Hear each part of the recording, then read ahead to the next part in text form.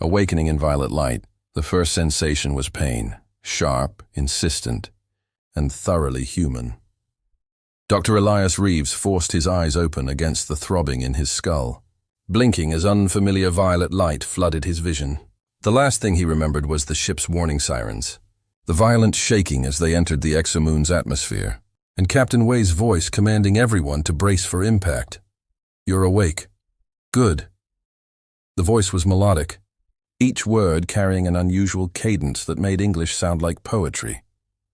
Elias tried to sit up, but gentle hands pressed him back down.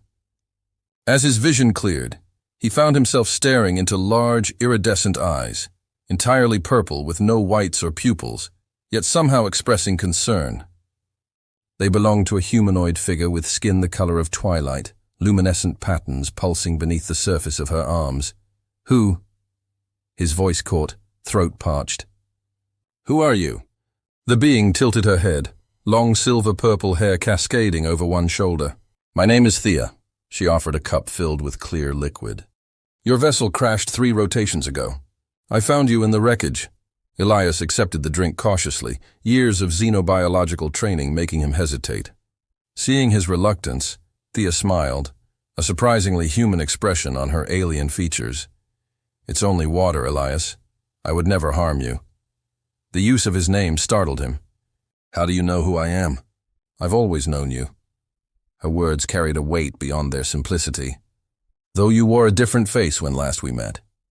Elias frowned, taking a careful sip of the water. It tasted pure, better than anything he'd had on the ship. He glanced around, noting the organic architecture of what appeared to be a small dwelling. Curved walls glowed with the same bioluminescence as Thea's skin markings, providing the purple light that had greeted his awakening. "That's impossible." "This is humanity's first mission to Nixia. For your people." "Yes." Thea's fingers, 5 on each hand. He noticed with scientific interest, moved to his forehead, brushing aside dark hair to reveal a gash he hadn't realized was there. "But one human came before. Alone. When my grandmother's grandmother was young." Her touch sent an unexpected warmth through him, and the pain in his head immediately dulled. Elias watched in fascination as the skin beneath her fingertips emitted a soft glow. "What are you doing?" "Healing you."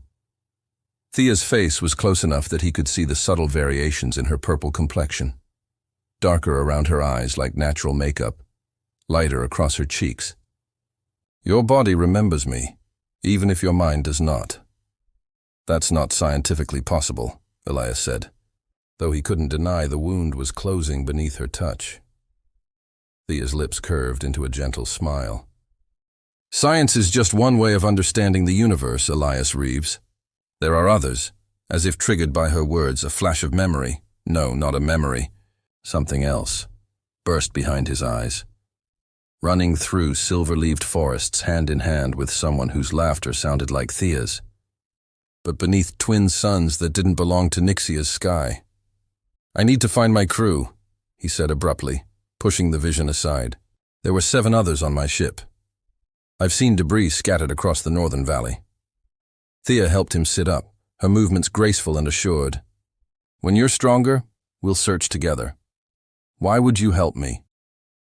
Thea's expression softened, vulnerability replacing certainty.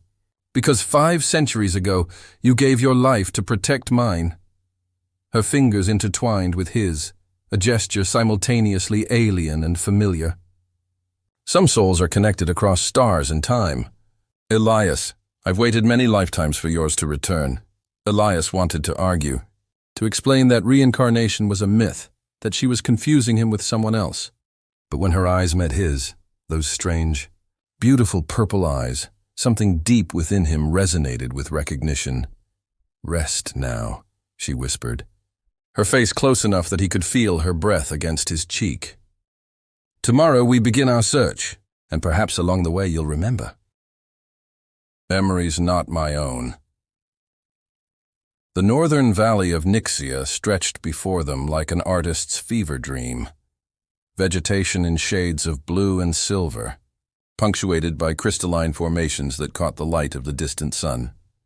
Elias followed Thea along a narrow path, his scientist's mind cataloguing every unfamiliar species while his body still adjusted to the lighter gravity. "You're certain you detected crash debris in this direction?" he asked, consulting the makeshift scanner he'd assembled from salvaged components. Thea nodded, her silver-purple hair swaying with the movement. "Our connection to Nixia's ecosystem allows us to sense disruptions. Something large tore through this valley 3 rotations ago. As they crested a hill, Elias spotted a glint of metal among the alien foliage. There! He hurried forward, recognizing the twisted remnants of the shuttle's communication array. "Your technology seems so rigid," Thea observed, trailing her fingers along the jagged metal. "On Nixia, we grow our tools rather than forge them." Elias was about to request clarification when a wave of dizziness struck him. He stumbled, bracing himself against the wreckage as his vision blurred and shifted. Suddenly, he wasn't standing in the valley anymore. He was inside a structure of living material, watching slender purple hands demonstrate how to place seeds in nutrient-rich soil.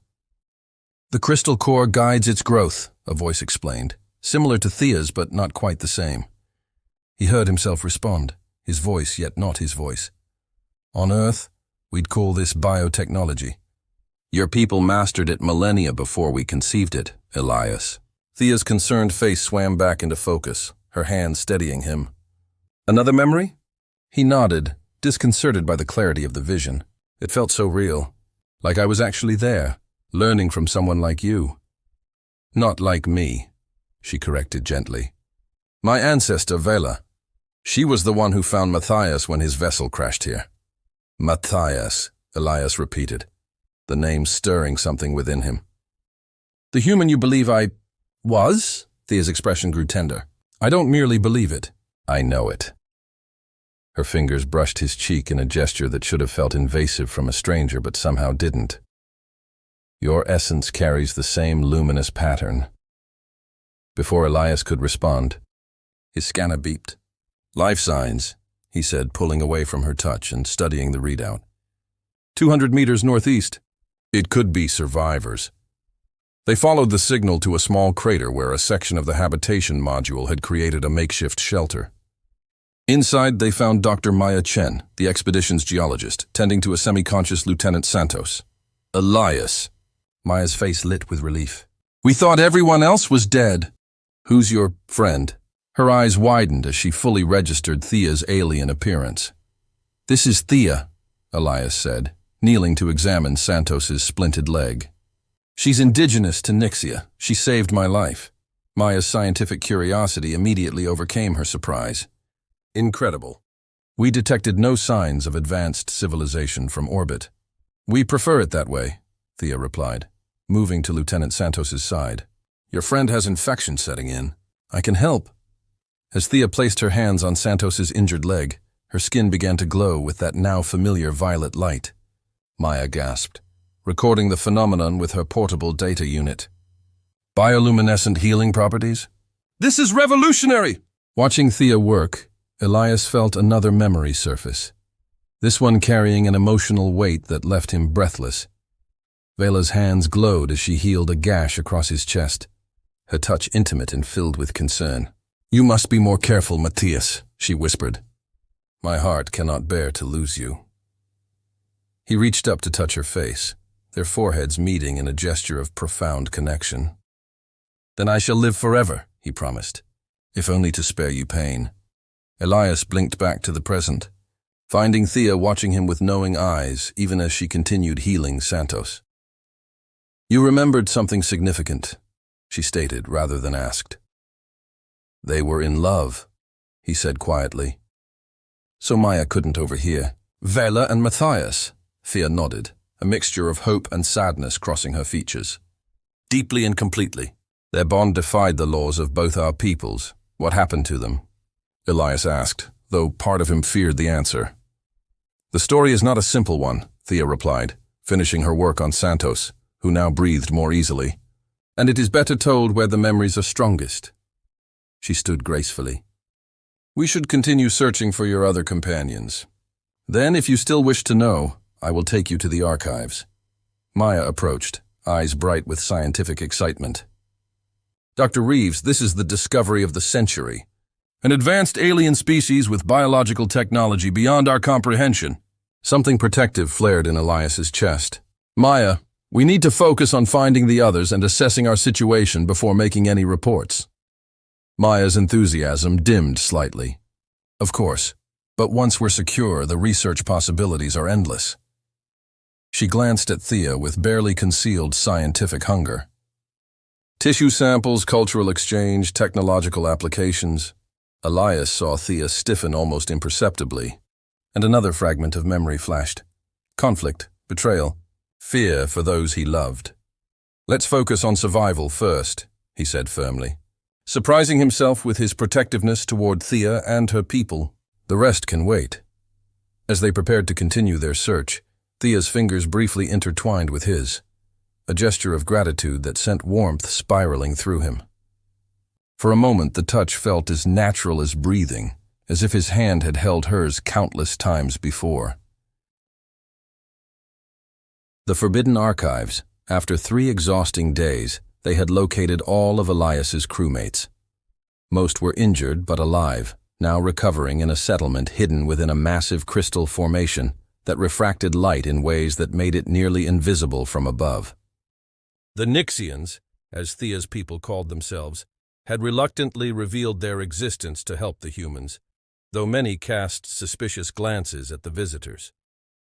They remember what happened after Matthias died, Thea explained as she led Elias through crystalline corridors that seemed to grow from the very rock. When others from your world came searching.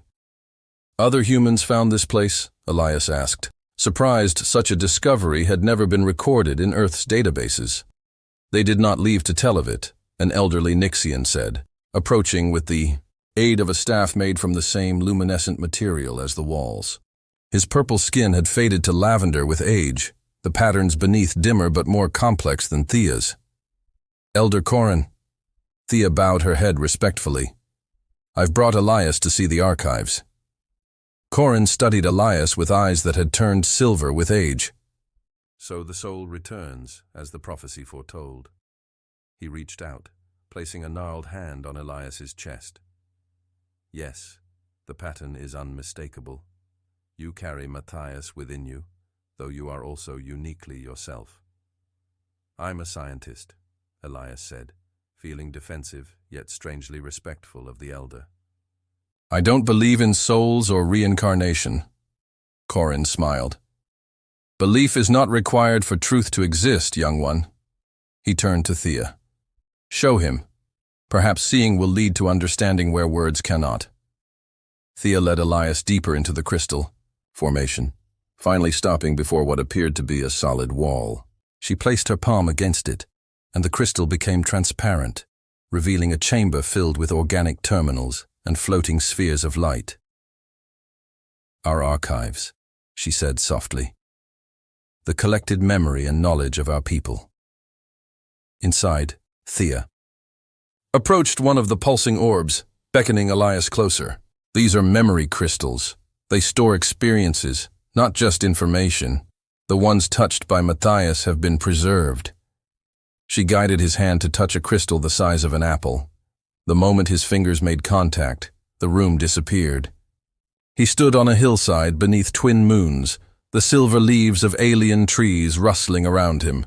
Beside him, a Nixian woman with elaborate patterns flowing beneath her skin pointed excitedly toward the stars. That one, Vela said, her voice filled with wonder. That is where you come from? He felt himself nod, a profound mixture of homesickness and belonging washing through him. Earth is there, beyond your vision. But I find myself thinking of it less each day I spend with you. Vela turned to him, her purple features softening. Then stay, she whispered. Become the bridge between our worlds when they are ready to meet. Until then, be mine alone. He pulled her close, their foreheads touching in the Nixian gesture of intimacy. I am already yours, he answered, before. Their lips met in a kiss that bridged two species born under different stars. Elias pulled his hand away, gasping as the memory crystal's vision faded. The raw emotion lingered. Love, belonging, purpose, feelings so intense they left him shaking. That was real, Thea finished for him. Every moment preserved exactly as it happened. "Show me more," he requested, his scientific skepticism warring with the undeniable authenticity of what he'd experienced. Over the next hour, Thea guided him through Matthias's life on Nixia, his initial fear giving way to fascination, his friendship with Vela blossoming into love, his decision to stay and learn from the Nixians while keeping their existence secret from Earth. Then came the final crystal, smaller and dimmer than the others. "This holds Matthias's last day," Thea said, her voice heavy. Vela recorded it before he died. Elias hesitated, then touched it. Chaos. Shouting. The crystal chamber in disarray. As unfamiliar humans in expedition gear moved through it, taking samples, breaking crystals. "This discovery will make us legends," a voice declared. "The pharmaceutical applications alone are worth billions." Matthias stood protectively before Vela. "I told you this place was sacred, Commander Hayes. These aren't specimens. They're people." "People?" Hayes scoffed. "They're aliens, Matthias. Resources. Your going native routine was amusing at first, but Earth needs this technology." Matthias's hand tightened around Vela's. "I won't let you exploit them." Hayes drew a weapon. "Your cooperation isn't required anymore. We found what we came for." What happened next, blurred in panic. Matthias lunging forward as Hayes aimed at Vela, the weapon discharging, Matthias falling as purple hands caught him. Vela's anguished face filled his fading vision. "Stay with me," she begged, her healing light pulsing desperately against his chest.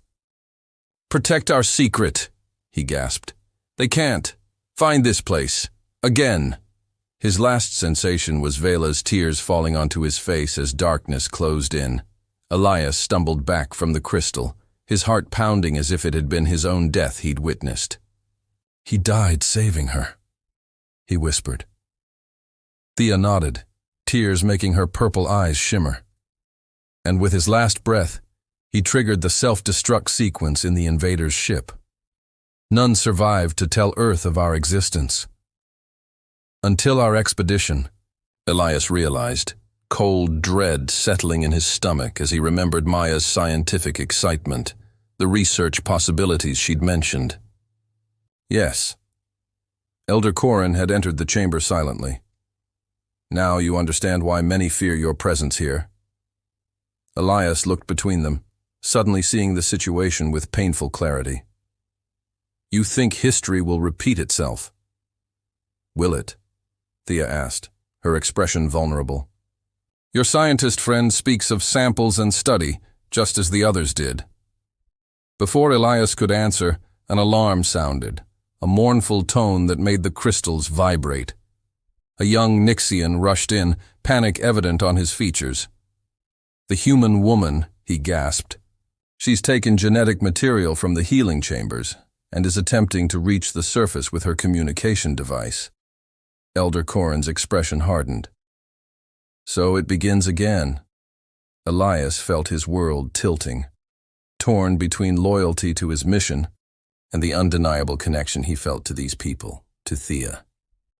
Whatever he believed about past lives and souls, he couldn't deny the truth revealed in the archives or the responsibility he now carried. "No," he said firmly. "I won't let it happen again." He turned to Thea, taking her hands in his. "Show me how to stop her without anyone getting hurt."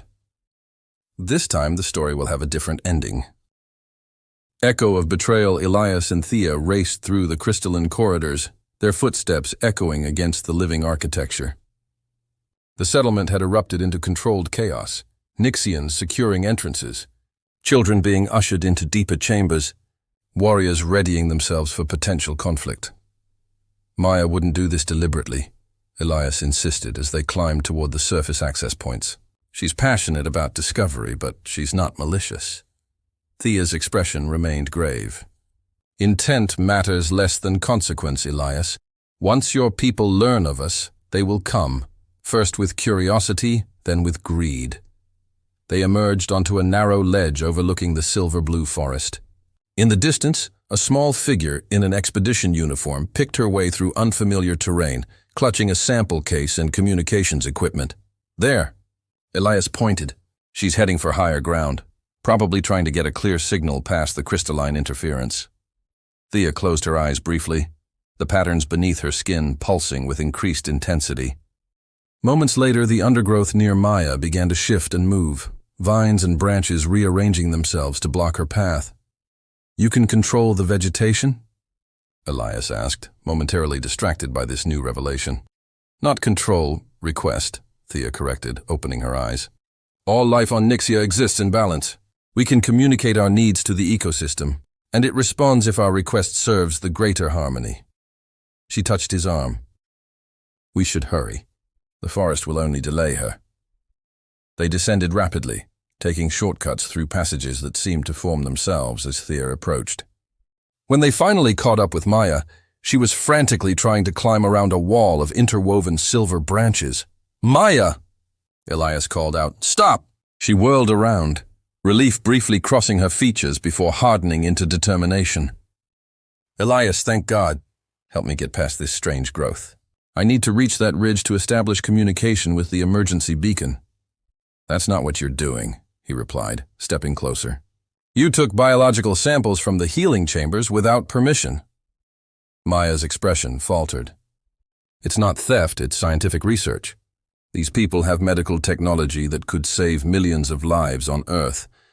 We have a responsibility to bring it back." "Not like this," Elias said firmly. "Not without understanding or consent." "They wouldn't give consent," Maya argued, gesturing expansively. "They've hidden here for centuries. Meanwhile, people on Earth suffer and die from diseases these aliens can cure with a touch." Her voice softened, becoming persuasive. "Think about it, Elias. Cancer, genetic disorders, traumatic injuries, all potentially curable. Isn't that worth more than protecting their isolation?" For a moment, doubt crept into Elias's mind. As a scientist, wasn't his ultimate goal to advance human knowledge and well-being? Maya wasn't wrong about the potential benefits.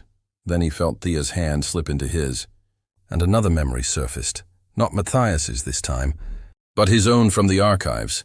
"Your people believe they can take what we offer without consequence," Vela had said. "But our healing comes from our connection to Nixia itself. Removed from this world, our cells become toxic, our energy destructive. The same properties that heal here will bring only suffering elsewhere." "It wouldn't work, Maya," Elias said quietly. "Their biology is symbiotic with this moon. The samples would degrade, possibly become harmful once removed from Nixia's environment." Maya's eyes narrowed. "You don't know that. We need to study—" "I do know," he interrupted. "I've seen the records of what happened last time humans discovered this place." "People died, Maya, on both sides. What records?" She looked confused, then suspicious. "They've been influencing you somehow, haven't they? Some kind of telepathic manipulation?" Thea stepped forward. "We do not control minds, Dr. Chen. We merely preserve truth." Maya clutched her sample case tighter.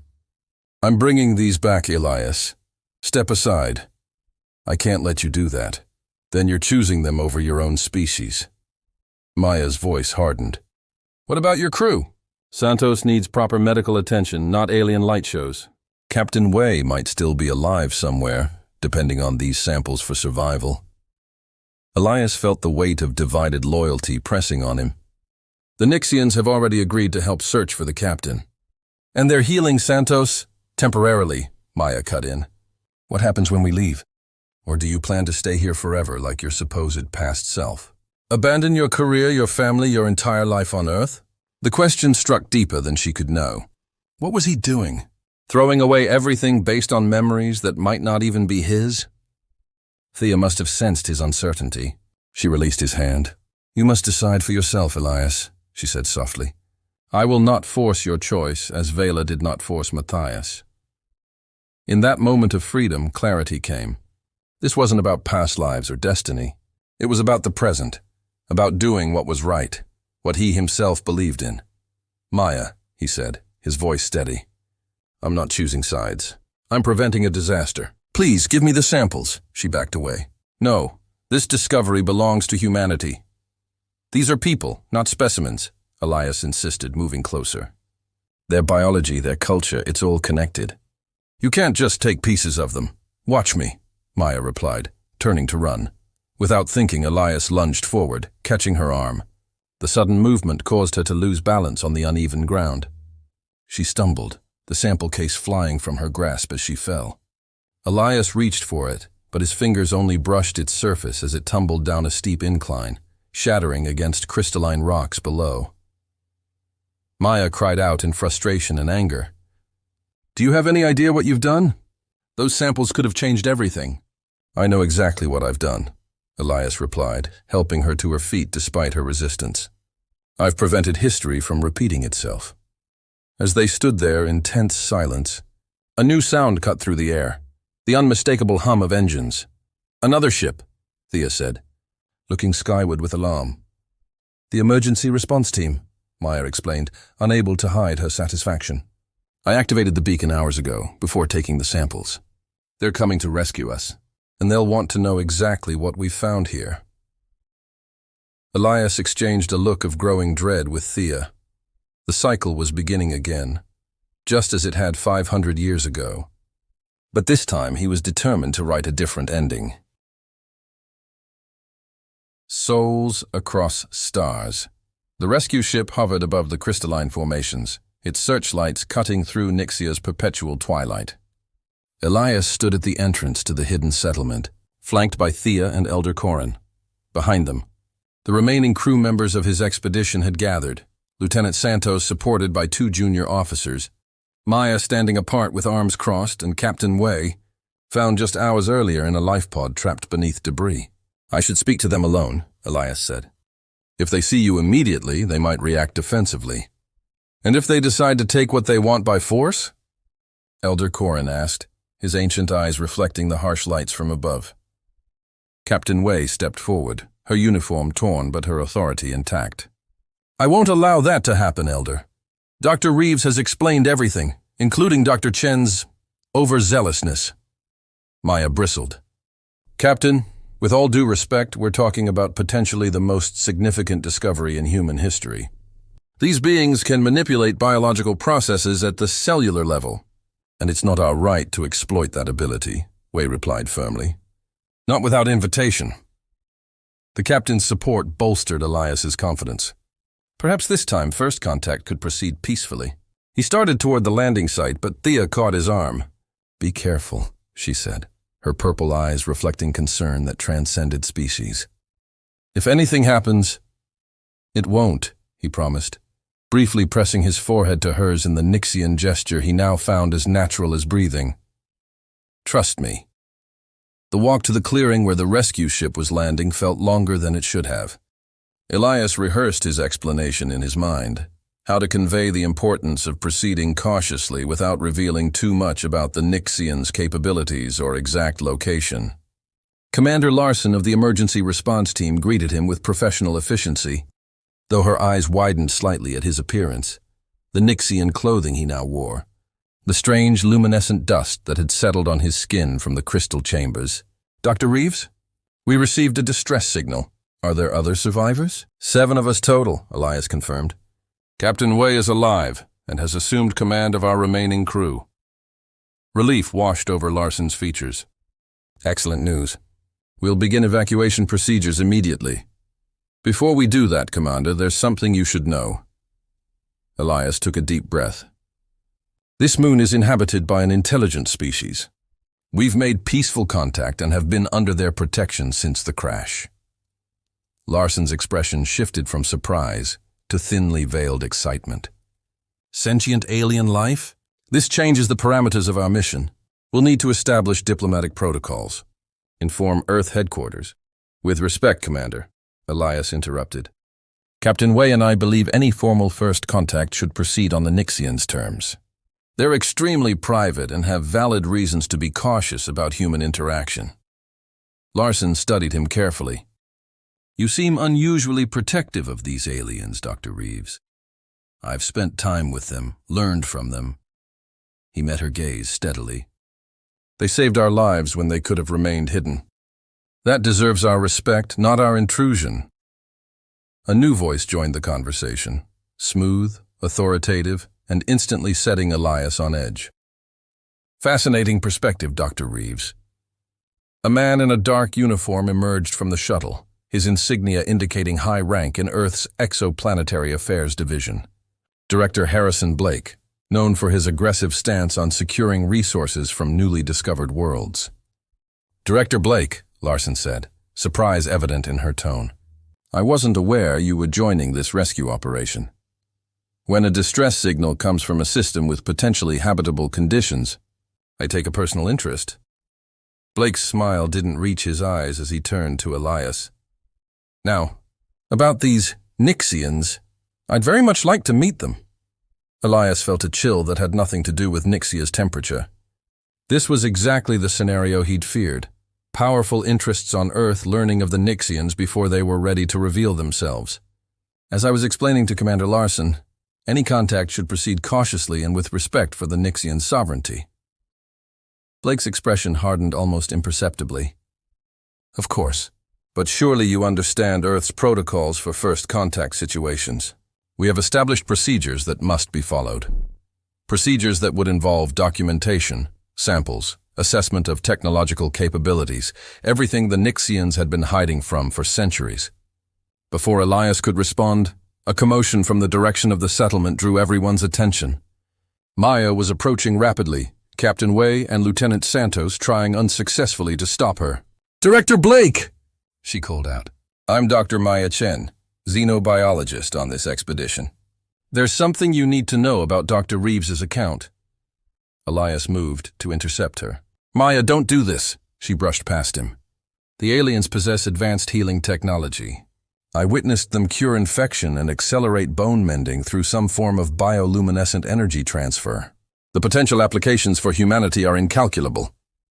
Blake's eyes lit with interest. "Is that so? And have you collected any samples of this technology?" "Dr. Reeves destroyed my initial samples," Maya replied bitterly. "He seems to believe these aliens should remain isolated, their gifts unavailable to humanity." The situation was unraveling rapidly. Elias could see Blake calculating, planning how to leverage this information. Captain Wei joined them, attempting damage control, but the damage was already done. Then unexpectedly the ground beneath them trembled. The silver-blue vegetation around the clearing began to sway and shift. Blake's security detail raised their weapons, but before anyone could act further, a ring of Nixians emerged from the forest, Thea among them, her skin glowing with increased luminosity. "We will speak for ourselves," Elder Corin announced, his ancient voice carrying surprising authority.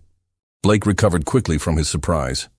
"Remarkable," he murmured, before stepping forward with a diplomatic smile. "I am Director Harrison Blake of Earth's Exoplanetary Affairs.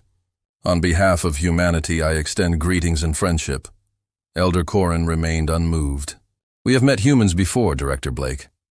Words of friendship often precede acts of taking." "I assure you our intentions are peaceful," Blake responded smoothly. "We merely wish to establish dialogue, learn from each other. The potential benefits to both our peoples." "We know what you seek," Thea interrupted, stepping forward. "You believe our healing abilities can be studied, replicated, commercialized." "They cannot." "Perhaps you underestimate our scientific capabilities," Blake suggested.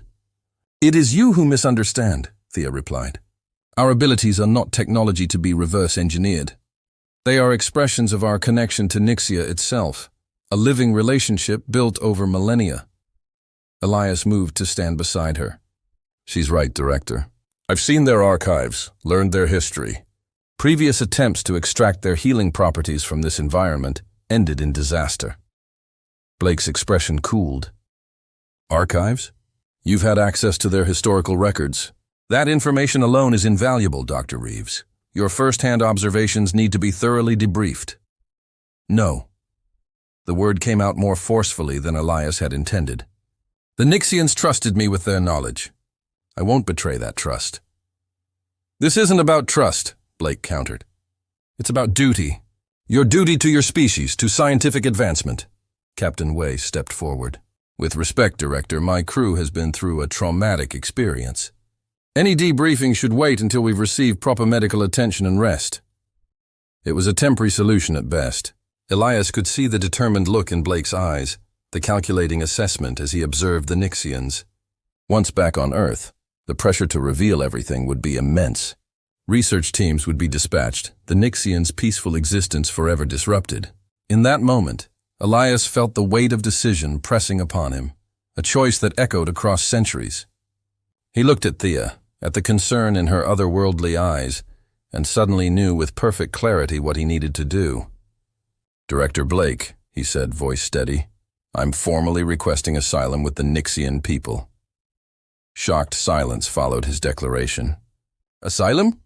Blake repeated incredulously. "You can't be serious." "I've never been more serious," Elias replied. "As a xenobiologist, I'm uniquely qualified to serve as a liaison between our species, on the Nixians' terms, not ours. Any future contact can be negotiated through proper diplomatic channels, with me as intermediary. You're throwing away your career. Your life on Earth," Blake said, his tone a mixture of disbelief and disdain. "For what? These aliens have obviously influenced you somehow." Thea moved closer to Elias, her hand finding his. "He makes his choice freely, as Matthias did before him." "Who is Matthias?" Blake demanded. "A human who understood the value of preservation over exploitation," Elias answered. "Something Earth has always struggled with." Captain Way approached him.